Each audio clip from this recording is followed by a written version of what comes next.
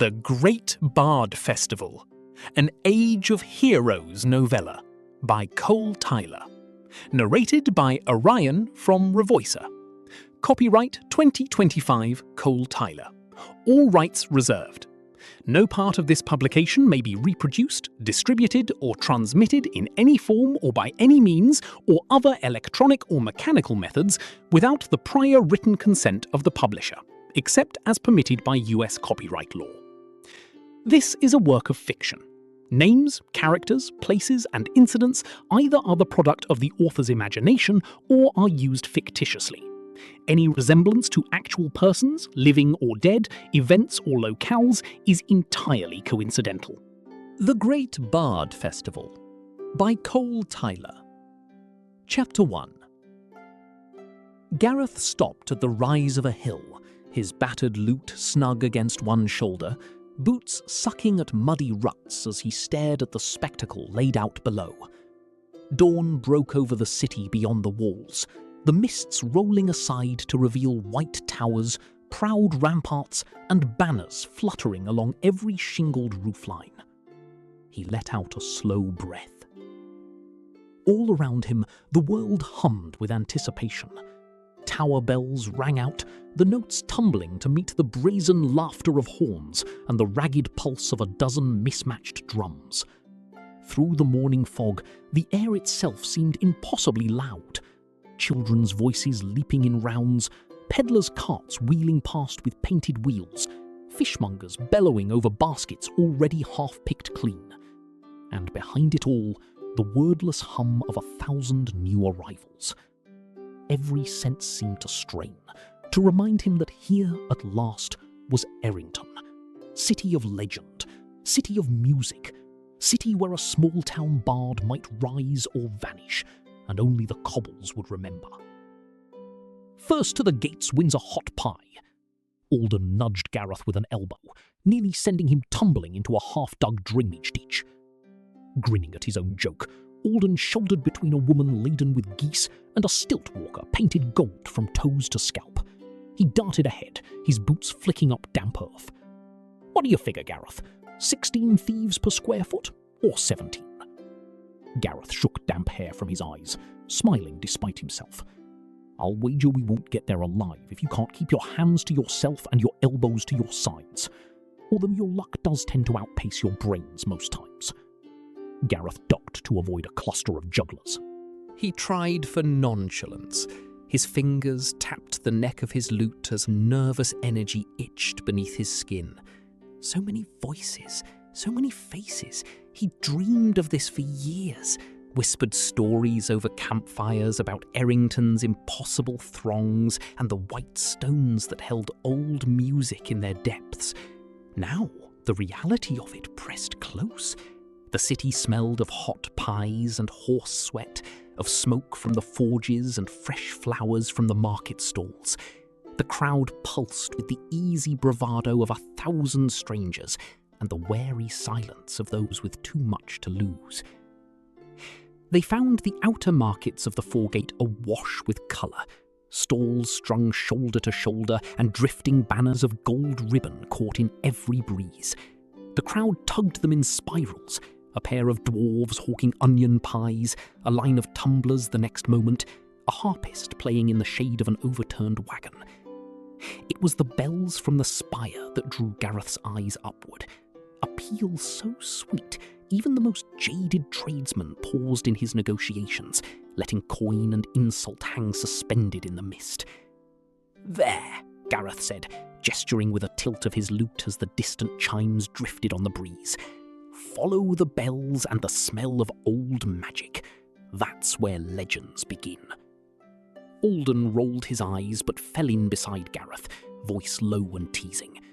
"If you start reciting poetry, I'm leaving you to the pickpockets." At the main gates, a pair of city guards barely glanced at their tokens, thin discs marked with the Queen's sigil and the year's festival emblem. Ceremony was for evening. Now the priority was not letting bards set the place alight with hasty spells or drunken wagers. Just inside the gates, the city opened before them in a welter of banners and bustling crowds. Sunlight slanted off slate rooftops, Merchants hawked ribbons and sugared nuts beneath strings of pennants fluttering overhead. Street performers juggled fire, wagon wheels clattered by, and laughter spilled from alehouses. Narrow lanes twisted between bakeries and stables, the stones alive with the beat of boots and a fragment of song at every turning. They navigated the throng, following the distant rise and fall of music. They trudged toward the inner city, following a parade of players and singers in pewter-belled coats sweeping the streets in a tide of clashing sound. The city felt enormous, alive past bearing, each alley spilling fresh tide water into the slow, steady current toward the centre. They nearly lost sight of their intended path twice, once distracted by a chorus of children wrapping garlands around the city's old statues, and again by Alden's ill-fated bet to best a juggler in a knife toss. Alden lost, a sausage, his pride, and a shoe.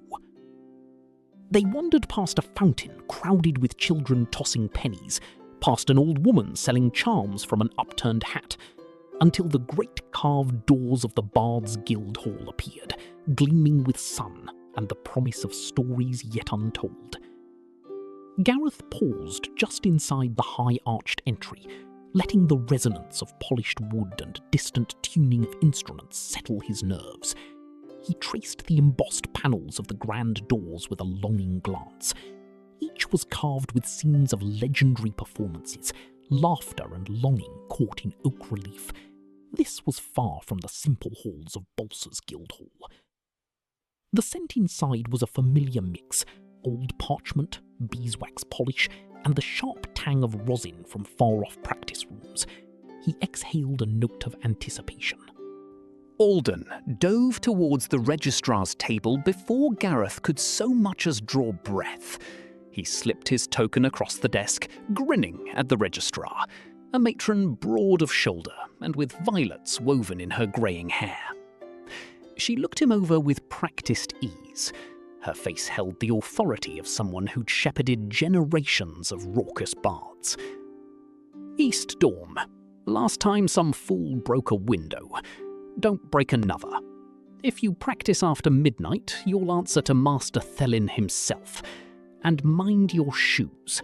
The stones remember mud longer than melody." Alden grinned mischievously. "Won't break a thing," he promised. He sucked in a steadying breath. Balsa might be a simple village, but it had schooled him well. Pride was armour, and awe a weakness best hidden before the keepers of opportunity. He clamped his jaw and approached the high desk. Her eyes flicked over every detail: peeling boots, scarred case, dust of elsewhere on his sleeves. Gareth unfolded a letter, smoothing it on the scarred wood, choosing steadiness over nerves. He placed the letter and his token on the desk in front of her. Gareth Ithran, Balsa, registering for the festival, apprentice class. Master Rootguard sends his greetings.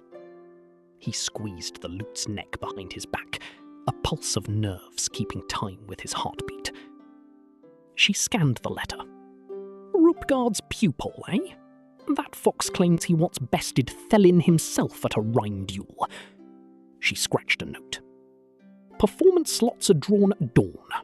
Don't overindulge. Master Thelin detests lateness.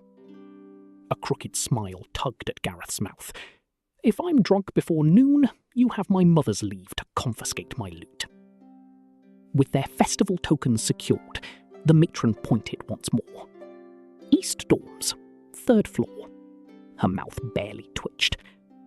Next. The guild's main practice room chaos was the sort only bards could conjure.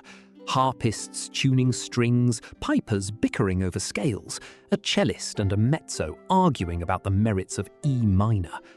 The sweetness of honey and the sharper tang of rivalry wafted on the breeze. Hopes and egos clashed atop a daily sea of song. They slogged up the 3 narrow flights of stairs, boots thudding against worn steps polished by generations of apprentice bards. the sounds of music and laughter growing fainter with every turn, until only the echo of their own breaths lingered on the landing. The dormitories were everything Gareth expected, and more. Cramped bunks squeezed into low-beamed rooms, old rugs, battered cases scattered every which way, and a cacophony of battered voices practicing snatches of song beneath their breath. Some faces shot him wary glances over well-oiled violins or fresh-strung lyres, but most turned back to their own worries. The sound of constant practice seeped up from the floorboards, rising as persistent and thin as the morning mist. Gareth set his lute case atop a patch of blanket near his assigned bunk, glancing for a moment at the displays of his companions, a variety of flutes polished to mirror brightness, a hammered dulcimer snug in its velvet wrapper, a horn so luminous it seemed spun of glass. He carefully removed his lute and began tuning it. These finely crafted tools looked nothing like the practical instrument he brought from home, its wood battered and the rosette nicked along one edge, each fret worn smooth with use. A skinny boy in velvet, jacket sleeves smeared with ink, darted into the room, pressing crumpled flyers into every waiting hand. "Gathering in the Great Hall at noon! Don't miss it, or you'll earn a solo in the privy!" His eyes scanned the crowd with anxious speed. Gareth guessed he'd misplaced his own instrument before breakfast. Alden flattened the flyer on his knee with theatrical care, squinting at the bold, looping script. Gareth leaned in, catching words as they bled through smeared ink. Grand Assembly, noon. Auditions for Master Thelin's 1,000 voices. All guild members required. His breath caught. 1,000 voices? Even newcomers from the farthest reaches had heard of Thelin's legendary harmonics, the way he drew music from air and stone, blending hundreds of disparate souls into a single spell of sound. Gareth felt a chill prickle up his arms, anticipation warring with self-doubt. This was no ordinary gathering. It was a summons to something vast, a test, and perhaps a beginning. He glanced at Alden, whose grin widened. "A chance to play for Thelin himself," Alden whispered, eyes glinting. "If we don't trip over our tongues first." Alden clapped his hands together, wringing raw delight from the prospect. "Let's see if we can't make ourselves heard above the crowd. Think they'll notice us?" Gareth shrugged, fingers trailing over his lute's bridge. He felt the familiar tightness in his throat. He'd come seeking stories, to prove himself among the best, but now the clamour of so many voices threatened to swallow his. He swallowed hard. He cast his gaze out the window near his bunk, fixing it on the crowded city far below. Master Thelin, the stories, the music, all of it both impossibly close and impossibly far. To belong here, to touch something that might last beyond him? Could he? Could any of them? He stroked the neck of his lute, forcing a smile. Gareth drew a long, careful breath, the hum of distant voices and tuning strings prickling along his skin.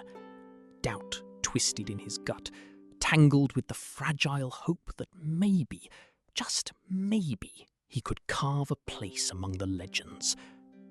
The city beyond the window beckoned with sunlight and song, but it was the clatter and chaos within the guild, this crucible of talent and uncertainty, that would decide the path ahead. He plucked a tentative chord, letting it linger, searching for the courage to add his own note to the gathering storm. Gareth managed a wry smile, eyes flicking to his battered boots. Let's hope I don't make a fool of myself before the whole hall. Alden's answering smirk was all bravado. If so, you can always blame it on the mud. Chapter 2. Gareth lingered on the landing of the east dorms, letting the ancient floors creak beneath his steps, fingers absently tracing a groove in his lute's neck. Down the narrow spiral stairs, the sounds of a dozen rehearsals bled through walls. Pipes practiced scales sharp as bird cries. Harpists clashed in quicksilver fragments of tune, always unresolved. He glanced as Alden, barely one step ahead, kicked open the doors to the great hall, boots leaving a slick of fresh mud on the flagged stone. Alden never waited to warm to a room. He shouldered his hand drum forward, scanning the crowded space, dozens of apprentices tuning, quarrelling, laughing, or showing off. Without pause, he found a gap near a knot of bards, mostly dwarves, their heads close over the rattle of casks and the metallic glint of hammered string. Before Gareth could mutter a greeting, Alden grinned wide and nudged his drum right up beside a dwarf at least twice his width. 3 beats to your 4, friend, he proposed. The challenge hung in the gap between notes. The dwarf huffed, eyes bright with mischief under an honey-blonde brow, and responded with a boom from a drum the size of a small barrel. The sound rolled high and proud, like thunder chasing lightning. Alden whooped before returning the volley. Soon a ring of hands joined in, laughter pulsed around them. Gareth, half smiling, drifted around the room, uncertain among the loud camaraderie and silent watching eyes.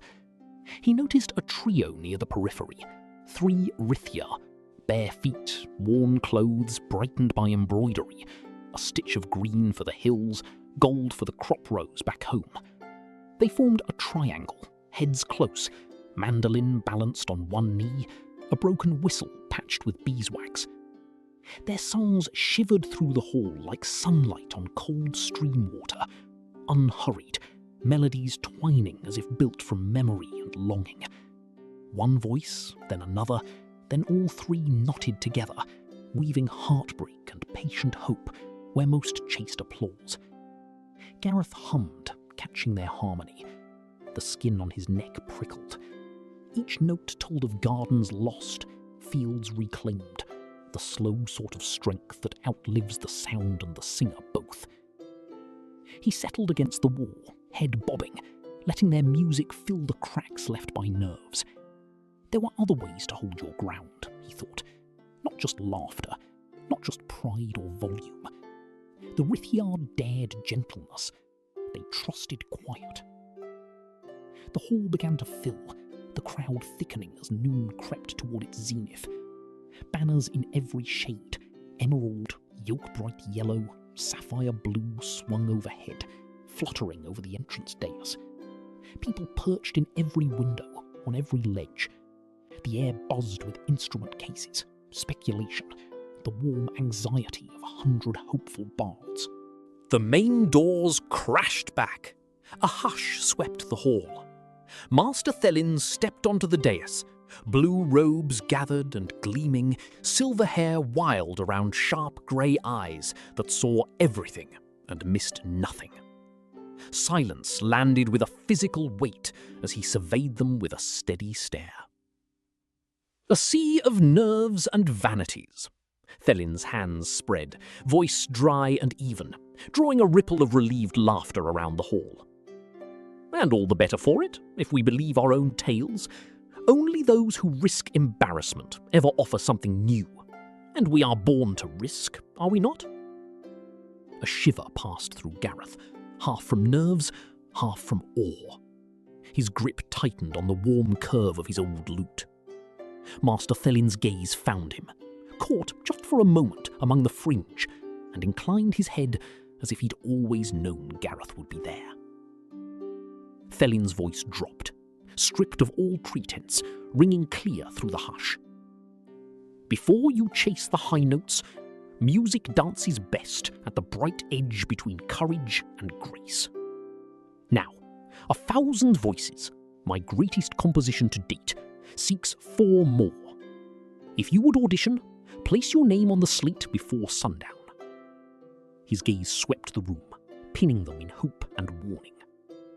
Come prepared to listen as sharply as you play, or you'll find the stones themselves have claimed the song before you do. Laughter, sharper and more real this time, sparked around the banners. Gareth felt a shy, almost involuntary smile tug his lips. He glanced sidelong, saw Rithia grinning, dwarves standing taller, even the elves rearranging themselves in lines of anticipation. Alden nudged Gareth as they moved toward the crowded table, the sign-up slate propped up for all to see. "Come on, lad. First slots go quick. Might as well be our names at the top for once." Without even pausing, Alden seized a stub of chalk and scratched his name across the slate with a flourish.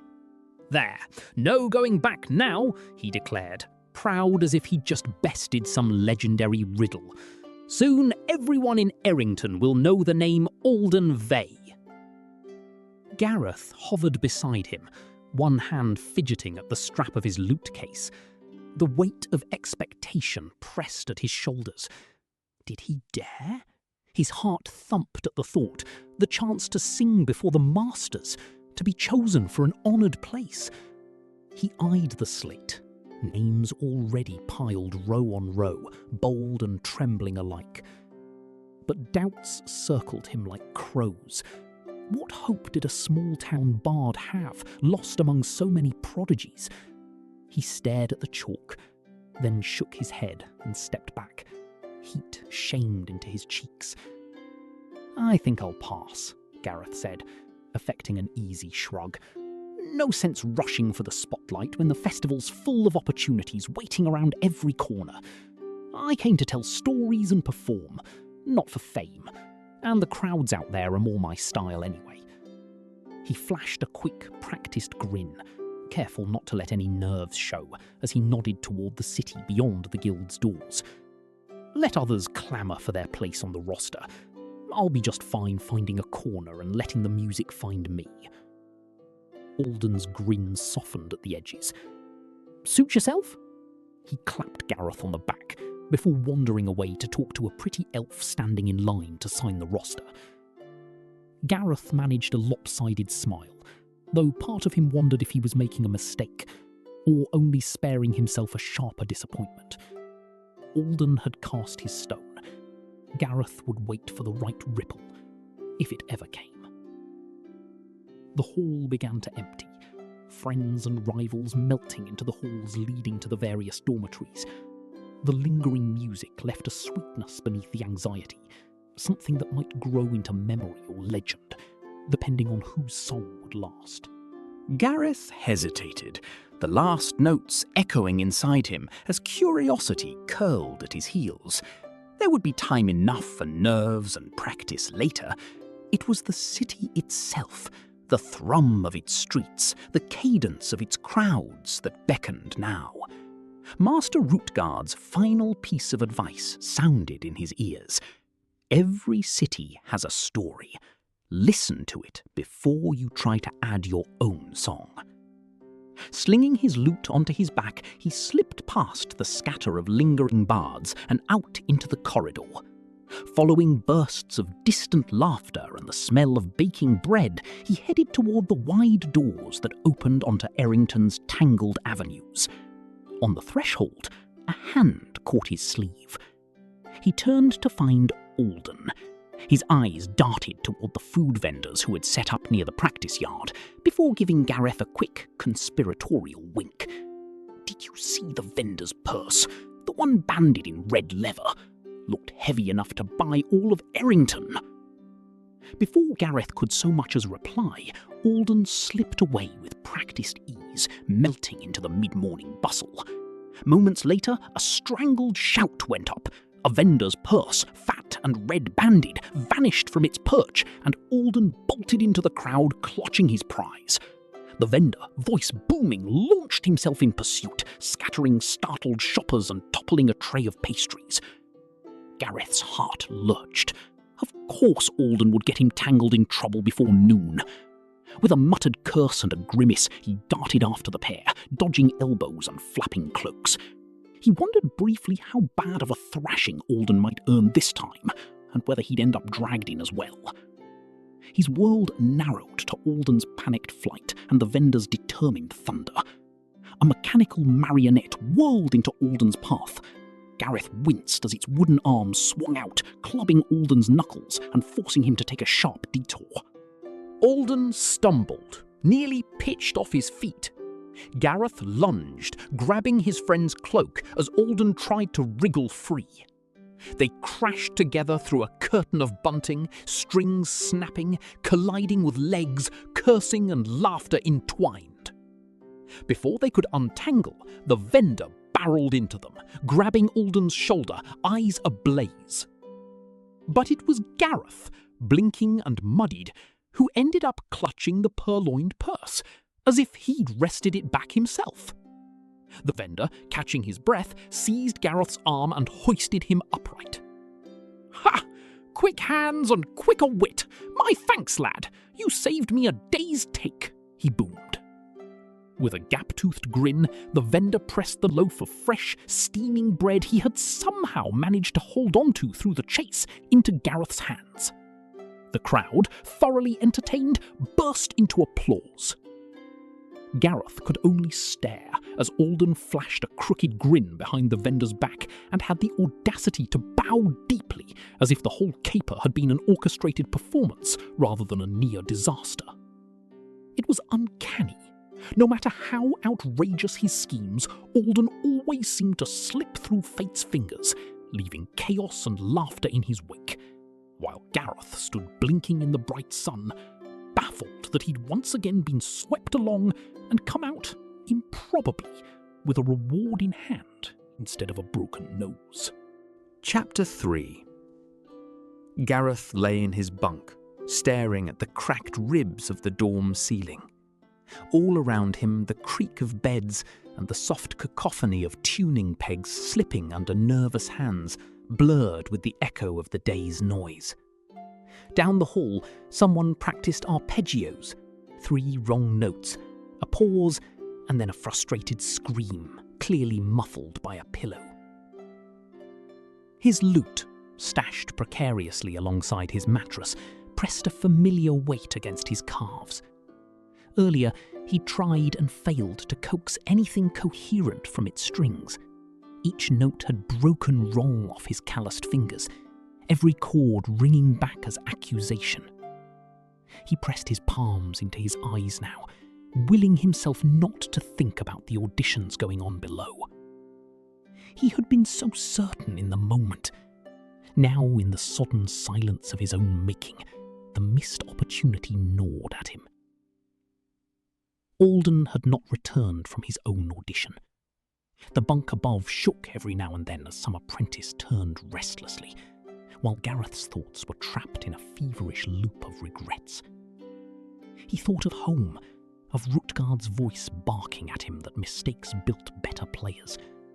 But Master Rutgard was far away, and the old man's wisdom sounded thin when the chance had already slipped through his fingers. He turned on his side, squeezing the pillow so it blocked out the lantern's weak glow, and tried, uselessly, to sleep. A sharp rap sounded at the door, too insistent for a prank, too swift for anyone who cared about the hour.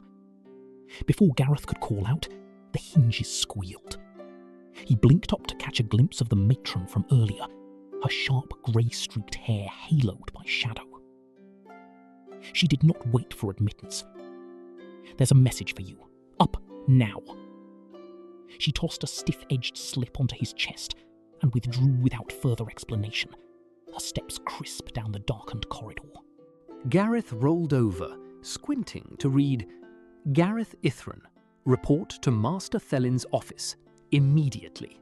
Do not dally." His pulse hammered in his throat, sour panic sliding into his gut. A handful of boys peered groggily through parted curtains, curiosity sharp as foxes beneath the surface. Gareth ignored them, chest tight with dread, and followed the hall out to the spiral stair. What could Master Thelin want with him? The path to Thelin's sanctum wound through the maze of echoing halls, past trophy cabinets gleaming with accolades, past tapestries swollen with bards playing golden lutes and silver horns. The door stood open. Gareth took a deep breath before entering. Inside, the air was thick with old incense, the wood smoke singed with undertones of lavender and parchment. Master Thelin waited by the tall window, his blue robe falling in ripples past his ankles. His eyes caught Gareth at the threshold. No warmth, only precise attention. "You kept us waiting, Ithran," Thelin intoned, not a question. Gareth, throat dry, stumbled over a bough. "You summoned me, sir?" Thelin's gaze flickered over him, assessing, not unkind but unyielding. "Why were you not at auditions?" A hot wash of embarrassment coloured Gareth's neck up to his cheeks. He stammered.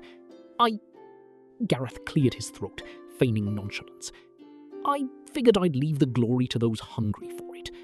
Pride's all well and good, but stories sound sweeter on a street corner than in front of a panel, don't you think?" Thelin did not return the smile. He folded his hands behind his back, moving like a cat tracking a wounded bird. "Rutgard's lad, yes? From Bolsa?" Gareth nodded, his mouth dry. "I know your mentor. Honest and sharp as a whetstone, that one. He does not waste time or breath on fools, nor does he send them out into the world unless convinced they might ring true when struck." Thelin's gaze narrowed. "I expected you to be first on the slate. I wanted to see that Bolsur timber in the heart of 1,000 voices." Gareth's hands went slack. The room seemed to shrink. How could he tell him he was afraid he wouldn't measure up? He squared his shoulders, forcing a hint of wryness into his voice. "It's easy enough to sing on a quiet lane in Bolsor, master, but among so many voices here, a man could lose his song before he starts." Thelin studied him, features relaxing half a degree. "You disappoint me, Gareth. Not because of what you cannot play, but because you let the fear of not being the best stop your hands altogether." He moved closer, eyes as bright as frost in torchlight. "What is music but risk made manifest? You think the city wishes to hear only perfection? No, it wants courage more than polish." Gareth could not meet his eye. He stared at the floorboards, where the grain shifted in fire-lit waves. "Sir, Thelin raised one hand to silence him. "You listen well, Rutgard's boy. In this guild, you are measured not by how bold your signature looks on a roster, but by how honest the music is when it rings from your bones. I could fill this festival with the smooth voices and clever fingers of 20 other towns and lose nothing of spectacle. But I called for you because we need the crack in the bell as much as the bell itself." His voice dropped, intimate and clear. "You let your nerves decide for you today. I won't let them triumph tonight." A slow realization dawned. "Sir?" Thelin arched one severe brow. "You will audition. You will play before me and the other judges at noon tomorrow. I expect you to come as yourself, lute battered, boots muddy, and voice full with everything Rutgard ever pressed into you about truth. Is that understood?" Gareth swallowed, nodding. The relief nearly made his knees give. Thelin's words eased just a hair. "Make no mistake, I take no pleasure in giving second chances. But talent is wasted as much by cowardice as by carelessness. I looked forward to working with Rutgard's best. Don't prove me a fool for that faith." A pulse of adrenaline lit Gareth's nerves. Uncertainty boiled away by the strange thrill of being chosen, despite his earlier cowardice. "I won't let you down, sir." Thelin's mouth quirked. "That's not the vow I want. Give the city your truth, whatever blemish it bears." He motioned Gareth to go, turning back toward his window as the tower bell tolled midnight. Gareth left the office, the weight in his chest replaced by something bright. Fear, certainly, but edged now with the fierce hope that he'd never let take root before. He walked the silent halls, the echoes of old music and laughter carrying him forward. Chapter 4. Sunlight slanted into the Bards' Guild's vast hall, spilling through coloured glass and striping the stone floor in shades of copper and lemon. Dust churned above the crowd. Hundreds of musicians, string players, flutists, singers and drummers, all packed shoulder to shoulder, each testing scales or trading barbs with companions. Voices soared and cracked, ambitious and unruly. The oiled wooden floor hummed with the power and panic of so many egos knotted together, the very air tinged with the pulse of untamed enchantment. Gareth lingered in the back of the crowd before rehearsal, mind drifting back to that feverish hour in the sunlit audition room. He'd climbed the grand staircase with his battered lute clenched to his side, shoulders drawn tight, mouth parched, unable to conjure a single word of the wry banter that normally served when his courage failed. Everything in him had recoiled at the thought of that watching circle, bored faces unmoved by the performance in front of them. The room had fallen quiet on his entry. Gareth tuned his lute. He'd chosen a particularly hard piece to showcase his talents. That first strum, he'd missed the fret, his thumb catching the wrong string, and for a moment he'd wanted the floor to swallow him. Yet something in Thelin's expression had steadied him, a flicker of anticipation rather than irritation. Gareth swallowed, inhaled the scent of old parchment and resin. He began again, this time not with any dazzling showpiece, but with a simple Bolsor folk song. 3 plain chords, his voice low and unsteady at first. Master Thelin's whisper cut through the music and doubt like a blade. "Rutgard's lad," the old master had said, nodding to the judge next to him. He'd played it straight through. The story of the boatman's daughter, her sorrow at the spring flood, her hope flaring in the dark. The melody turned shore beneath his fingers. He let the grief and longing layered in every note pour out, unpolished, the way Rutgard had taught, truth ringing out, even when the tone cracked. When the last harmonics faded, Thelin had closed his eyes for a breath, the hall's stillness as heavy as snow. "That's enough," the master had declared at last, weaving sincerity into gold, just as Bolsor trains them. There were murmurs of surprise. Then, to Gareth's silent astonishment, a place on the roster, his name written in careful script beside 1,000 voices. He'd earned his spot in the festival piece, reserved for only the best talents of Norstock and beyond. He'd drifted out of the room dazed, the memory so fresh and improbable it seemed to belong to someone else. Now, the echo of that song still hummed through his bones, each note a proof against the gnaw of doubt that kept trying to edge its way back in. Alden's voice jerked him out of memory as the morning rehearsal drew near. "There you are, daydreamer. Was thinking you'd gone missing, or worse, defected to the Harpers." Gareth snorted, feigning bravado. "You wombed me.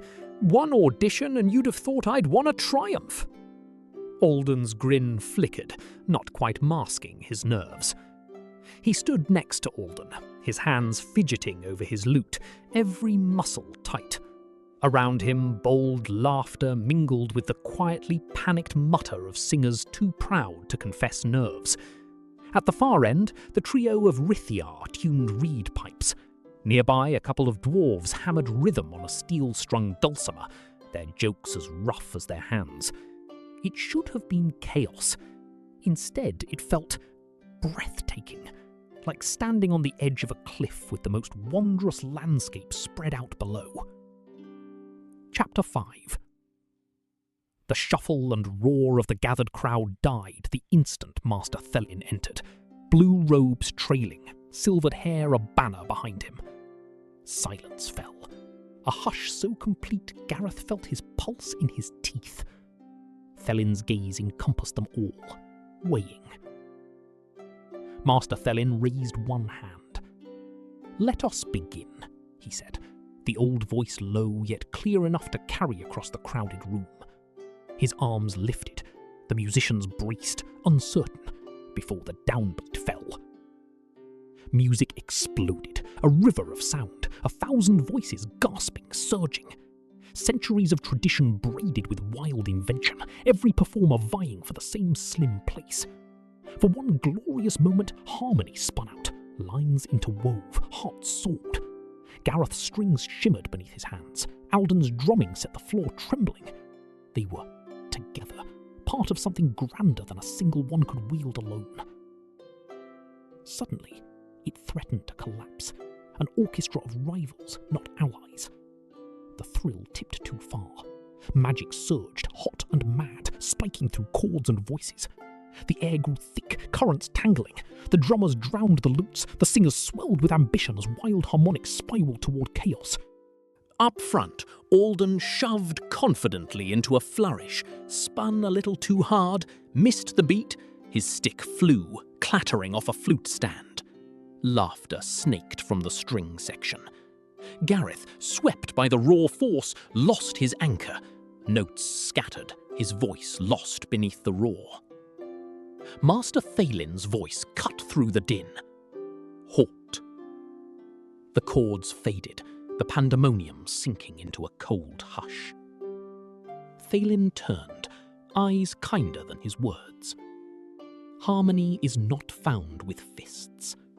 He fixed Alden with a look, patient as winter. Then, turning to Gareth, a different disappointment. Nor with fear. He studied each player, letting the silence bite before continuing. Nor by stamping your own mark upon the tune. Listen, find your place. Only then can the song lift every vessel. A low ripple of embarrassment moved through the crowd. Relief, too, at having been called back from the brink. Beside Gareth, a slender Rithier murmured, voice soft as river water. Let the song catch you, friend. You need never fear the fall. The words, raw and unvarnished, sank deep. A dwarf clapped him on the shoulder, rumbling a cheerful tease. Best music, lad, starts with a mistake. The second beat. Now that's where the music lives. Later, after the crowd thinned, Gareth returned to the dormitory, the rehearsal already turning to memory. Alden slumped on his bunk. Hands covered his face. First day, and I'm a laughingstock. I've a good mind to blow the whole thing off, honestly. Who's going to notice us, Gareth, in that scramble? Gareth perched on the rung above, voice quiet but edged with stubborn resolve. The only way out is through, Alder. Walk away now, and regret is all we'll carry home. We came to play, so play we must. Alden peeked between his fingers. Sullen humour sparkled beneath the shame. Suppose even legends start in the Copper's Row. He sat up, the defeat waning just a little, both of them laughing, tense and tired, but alive to the promise that tomorrow, the next rehearsal, the next note, could be different. Gareth waited until Alden's laughter faded, then nudged him gently with a boot. We've got the rest of the day. Might as well see what Erington's festival looks like when you're not staring at it from a practice room window. He stretched, rolling the tightness from his shoulders. Alden managed a crooked smile. You're right. There's music on every corner, and if we're lucky, a pie or two left unguarded. Who knows, maybe we'll find a new tune worth stealing. They tumbled from the dormitory into sun and sound. Vendors hawked roasted nuts in snatches of song. Gareth nearly collided with a fortune-telling Rithiar, the halfling's sharp eyes marking him as easily as if he wore a sign. Alden, already halfway to a beat with his palms on a ring barrel and a grin too wide for caution, goaded a pair of ambitious street drummers outside the old hall into matching his rhythm. Within moments, a circle of festival-goers gathered. The contest intensified beneath the muggy morning. Gareth watched as Alden, his face split by a reckless grin, met each rhythm with more bravado than sense. The street drummer slammed into a final roaring volley, drums pounding like falling stone. By the gods, Gareth began, but Alden lurched, stumbled, the sound rolling over him, and the crowd exploded into gleeful shrieks. Alden straightened, breathing hard, forelock slightly cinched. Sweat gleamed at his brow. He just grinned whiter. Well, he panted, if you're going to lose, lose loudly. With a theatrical bow and a wild little flourish, he snatched the victor's scarf anyway. I'll just borrow this, he declared, tying it far too high around his head. The onlookers roared their approval, some chanting his name. See, style wins regardless. Gareth snorted, unable to keep from laughing. Only you could get beaten and still walk off with the crowd. Still, Gareth's quiet, careful style, first heard only in shy glimpses or accidental harmonies, slowly drew attention. As the tower bells rang midnight, an elven master drew him beneath a lantern tree flushed silver with late blossom. The crowd faded behind a veil of hush. The master plucked at his own small lyre, nodding for Gareth to answer. Their duet wove lean and spectral, a melody formed of longing and unanswered questions, a music not for applause, but night-born wonder. The notes shimmered between them, ebbing and flowing through the hush, as if the city itself paused to listen.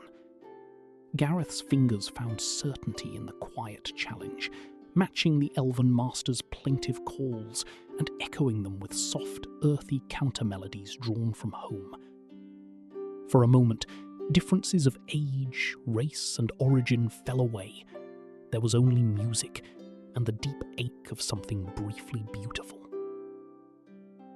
When the final chord faded, the master gave a subtle bow, approval glinting in his eyes, and slipped silently into the shadows. Gareth stood for a long moment beneath the lantern blossoms, the cool night air sweet with possibility. The festival parade wound through the lower quarter, garlands streaming from rooftops. Magic surged through every turn, some spells delicate as flags, some wild as the crowd. Watch this! A knot of street children snickered as they knotted charmed bunting to a lamppost. The ribbons slipped free, darted low, and in a flash snared Alden's ankles, yanking him skyward. "Oi! Let me down, you little devils!" Alden yelped, boots waggling over his ears as festival-goers hooped and tossed apple cores at his dangling form. Gareth jumped onto a nearby crate. Strumming his lute, he launched into a jaunty rhyme, voice pitched to carry. Oh, beware the pride of the festival fool, for garlands remember the old bardic rule. Hanging about with your boots in the sky, that's what becomes of your hunger for pie. Each line drew louder laughter. The garland snapped, magic dissolved by laughter. Alden landed square on both feet. He threw his arms wide, flourishing with comic grace as the crowd burst into applause. Alden sidled over to Gareth, brushing fruit pulp from his shoulder, and grumbled under his breath. Go ahead, turn my suffering into a ballad, why don't you? Gareth only grinned, strumming a silly flourish as the parade spilled on. Later, they ducked beneath the shadow of a mossy fountain, where the bustle of the festival faded to a gentle murmur. There, crouched on the damp stone, was a small girl, her cheeks raw with tears. She hugged her knees tight, shoulders shaking. Gareth eased down beside her, careful not to crowd her space. He spoke softly.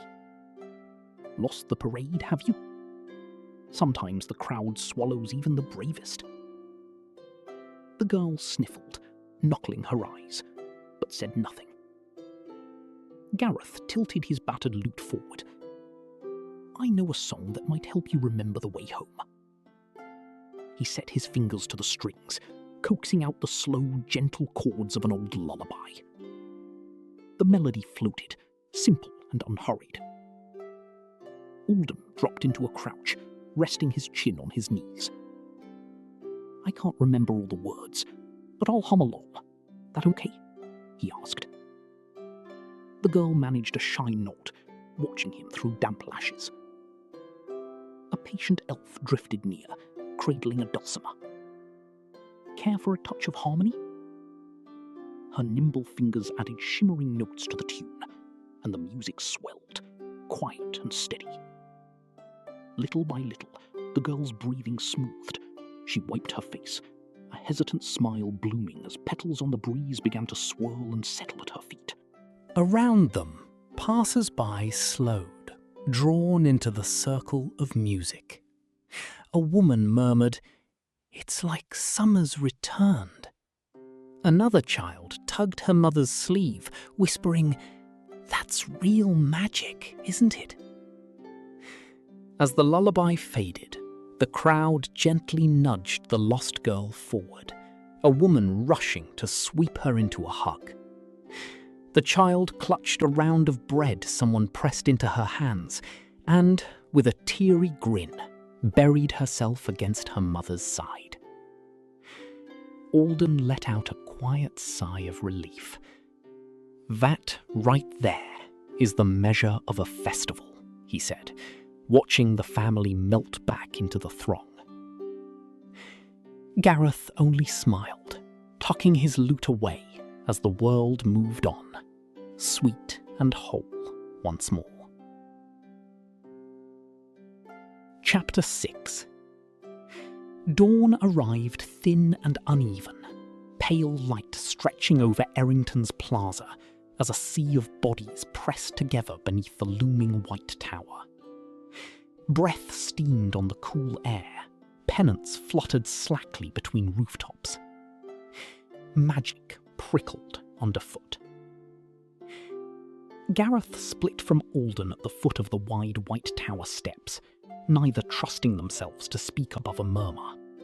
They had slept little. Last night's rehearsal had dissolved into arguments, key signatures blurred by exhaustion and fear.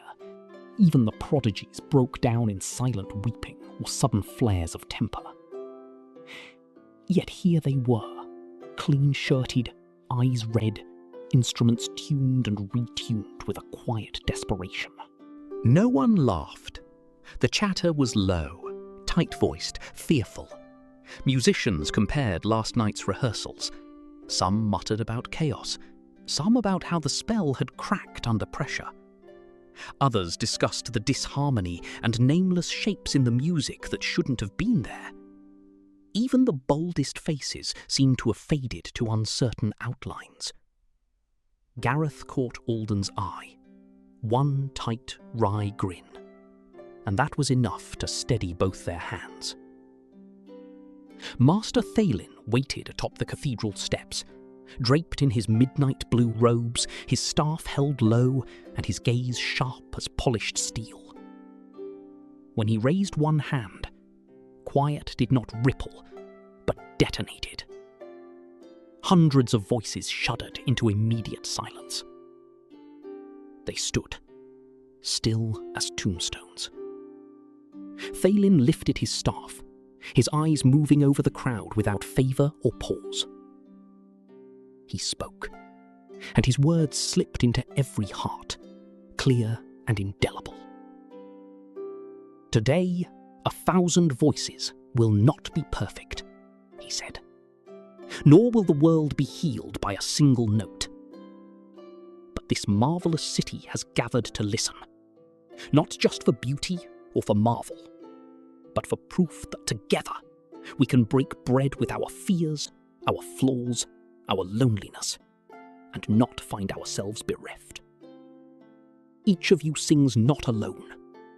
You stand, trembling, hopeful, imperfect, among your kin. That is what these stones hunger to remember."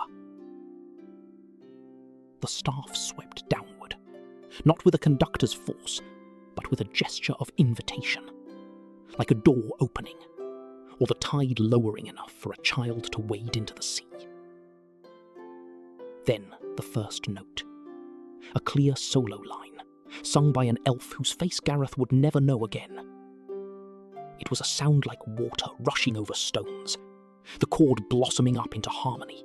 Trumpets, then dwarven hammers thundering in a measured prelude.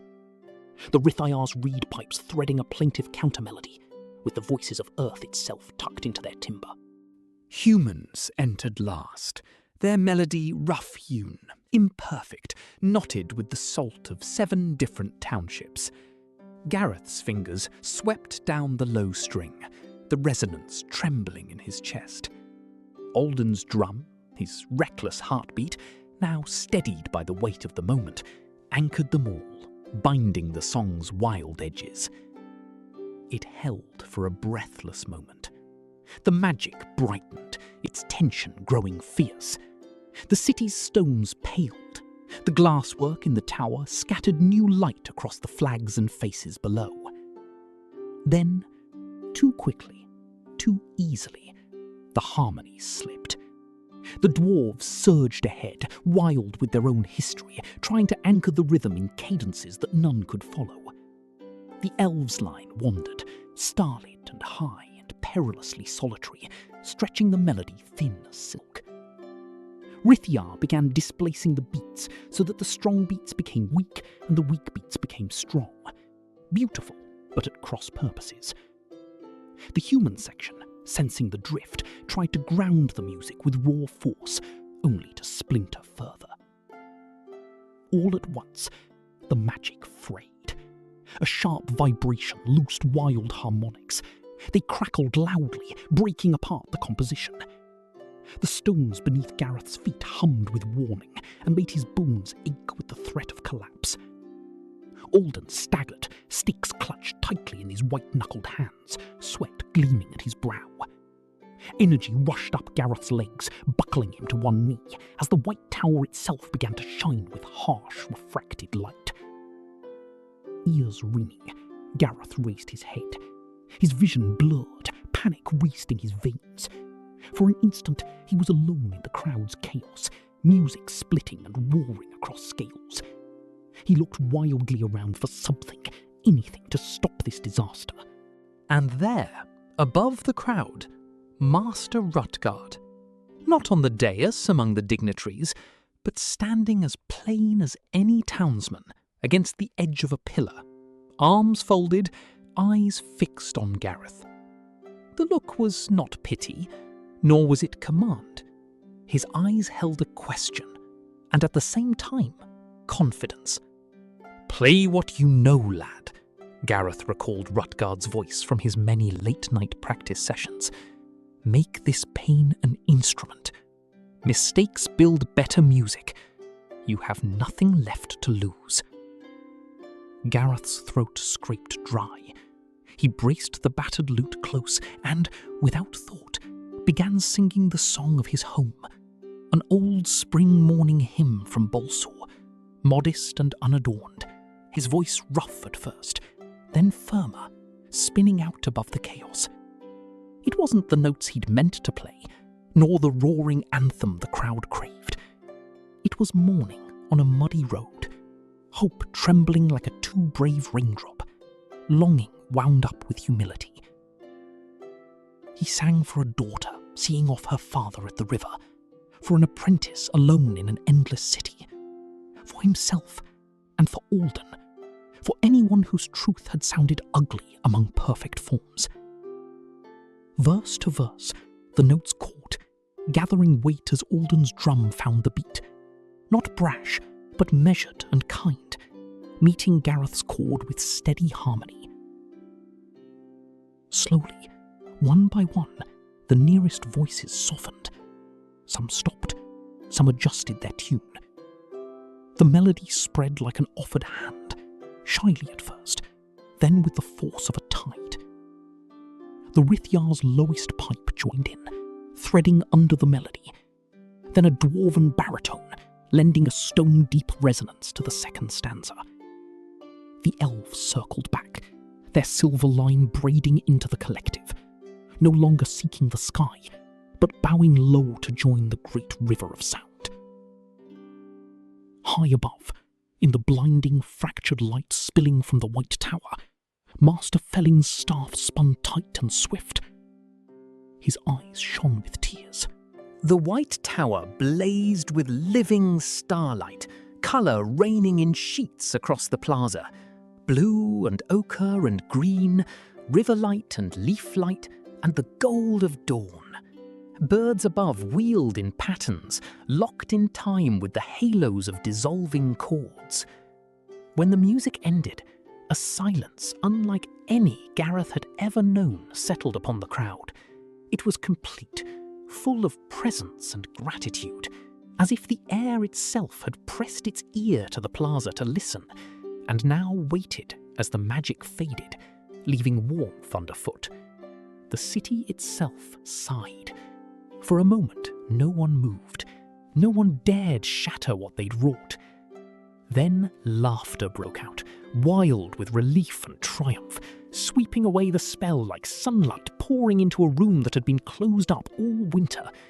Musicians wept aloud, strangers embraced, and for the span of a heartbeat, everyone belonged. Flags rippled brighter, cobbles gleamed as if newly set, children shouted from the balconies. At the edge of the plaza, Master Thelin waited. He didn't call out above the din, only clasped Gareth's shoulder with a grip hard as winter, pride shining in his blue-shadowed eyes. Then the old musician laughed, a short, rare bark, and nodded once. No words were needed. By evening, the festival consumed the city. Rivalries evaporated. Dwarves drank with elves, Rithjar traded stories with human children. Flutes and fiddles played until the tower bells tolled midnight. Alden toasted Gareth with a mug of something suspiciously strong. "When I tell this tale," he crowed, "I'll be the hero. But I suppose for now, being the second loudest is all right, so long as I get the last slice of festival pie." Gareth grinned, raising his mug in return. "You know what? When I tell this tale, you'll be the hero," he said, voice warm and rough from joy and exhaustion. "I'm content to just be a country bard, one of 1,000 voices." With pie and song trailing up the midnight stones of Erington, Gareth leaned into the warmth of friendship and promise. Around him, hope knit itself into the city's bone and memory. The music had ended, but its echo would live under every arch and in every heart. He quietly slipped into the crowd, leaving the White Tower blazing behind him, no longer afraid of who he was, not ever again. The stones had listened, and this day would be remembered as long as song endured. Chapter 7. The embers glowed as Gareth settled into the circle of root-gnarled grass beneath the lantern trees of New Kinnepa. He folded his long traveller's legs, age and road-weariness showing in the lines beneath his eyes. The Rithjar children sat cross-legged at his feet, tangled hair catching starry light, their faces fixed on him with the fierce hunger of those who had seen too much darkness to ever waste wonder. Near the fire, Dane hunched with his broad arms crossed upon his knees, beard bristling as he watched the ring with the faintest twinkle. Lyra leaned against Kiera, her fingers winding soft green shoots into bracelets for the little ones. Wion and Kiera sat a little apart, sharing the companionable quiet of those who had lost much and learned to treasure peace in its rare moments. A gangly boy pressed his chin to his knees, eyes full of the night. "Tell us again, Gareth, about Erington, the starlit rain, that song you played that saved the city. My Dar says you sang so true the stones themselves still echo it." "Is that what they say?" Gareth ran his fingers down the battered lute in his lap, his voice curling into a smile. "I remember stars and plenty of rain, enough mud to cake a mule's tail. But most of all, I remember a tremor in my gut louder than any festival bell." He eyed Dane, whose grin grew only more crooked. "I was a fool with a box of doubts, and a friend who could find mischief in a monastery." Gareth's eyes creased. Alden, reckless as a spring flood. He had a knack for trouble and a drumbeat that could break windows or hearts, depending on his mood. It wasn't my voice that made the city listen. Not really. It was Alden's mad courage that led the beat when the world tried to pull apart at the seams. I could sing, and sing true, but it was his bold hand, steady where mine wavered, that called the rest back from chaos. He plucked a quiet chord, letting it linger. That's the spell of the old songs, you know. Not shining alone, but daring to be part of something wild, untamed, and glorious. We stumbled, we all did. 1,000 voices snarled together, every bard and braggart grasping for the limelight, ready to drown each other out. But Alden laughed when the spell went wrong. He found the centre. He steadied me, steady as a stone in the river. Dane snorted, eyeing Gareth with no small affection. Aye, and I suppose you'd have drowned in every chorus if not for his boot at your backside. Gareth's mouth twitched. Truth. A friend's courage is the difference between falling and rising. My song only mattered because the whole city needed to believe we weren't alone. That rain of stars, well, they say it was magic, that the White Tower still holds a glimmer from that night. But for me, the real magic was one bold heart matched by 12, then 100, then 1,000. Magic isn't just in singing, or chanting, or casting. It's in listening, and choosing to lend your voice when the world needs harmony. A little girl with a puff of wild hair peeped from behind Kiera's elbow. What became of Alden then? Did he stay in Erington? With a soft laugh, Gareth shook his head. Alden? He married a merchant's daughter in Castellea, opened a shop thick with children, each one louder than the next. He makes noise with laughter now. His jokes are worse than his ballads, but his heart's as true as ever. He lives easy, turns every dinner into a festival, and claims he saved the city single-handed. A hush spread, the fire snapping as one by one the children relaxed by the gentle glow. "And what about you?" asked a dark-eyed boy. "Did you stay?" Gareth glanced around the ring, at Kiera smiling, at Dane leaning close, the scent of pipeweed clinging to his beard, at Lyra bent over her beads, Rion quietly listening. He let the question hang for a breath, gaze softening. "I wandered," he said, voice quieter now, "and in wandering found family where I'd never thought to look. The road gives, and it takes. Sometimes you don't know the shape of your home till you return by another door, years later, and find faces round a fire as bright as any festival. I sang everywhere, from Errington rooftops to the fields of balsa, in market squares and silent woods. But this," he swept his hand around the starlit ring, "this is the stage I cherish." The girl with the shell bracelet whispered, "Do the stones really remember when the songs are gone?" Gareth's smile tilted, wistful and sure. Every voice leaves a mark. A song, a story, a laugh. They echo. These walls, he gestured at the overgrown stones edging the green, hold memories long after the lutes fall silent. We too are stones in the city's foundation. Each note we add builds something lasting. There's no glory in being the loudest if you won't let others sing. We're just part of 1,000 voices. But together, we're stronger, stranger, and richer for it. He lifted his lute, the old wood glowing golden in the fire's heart.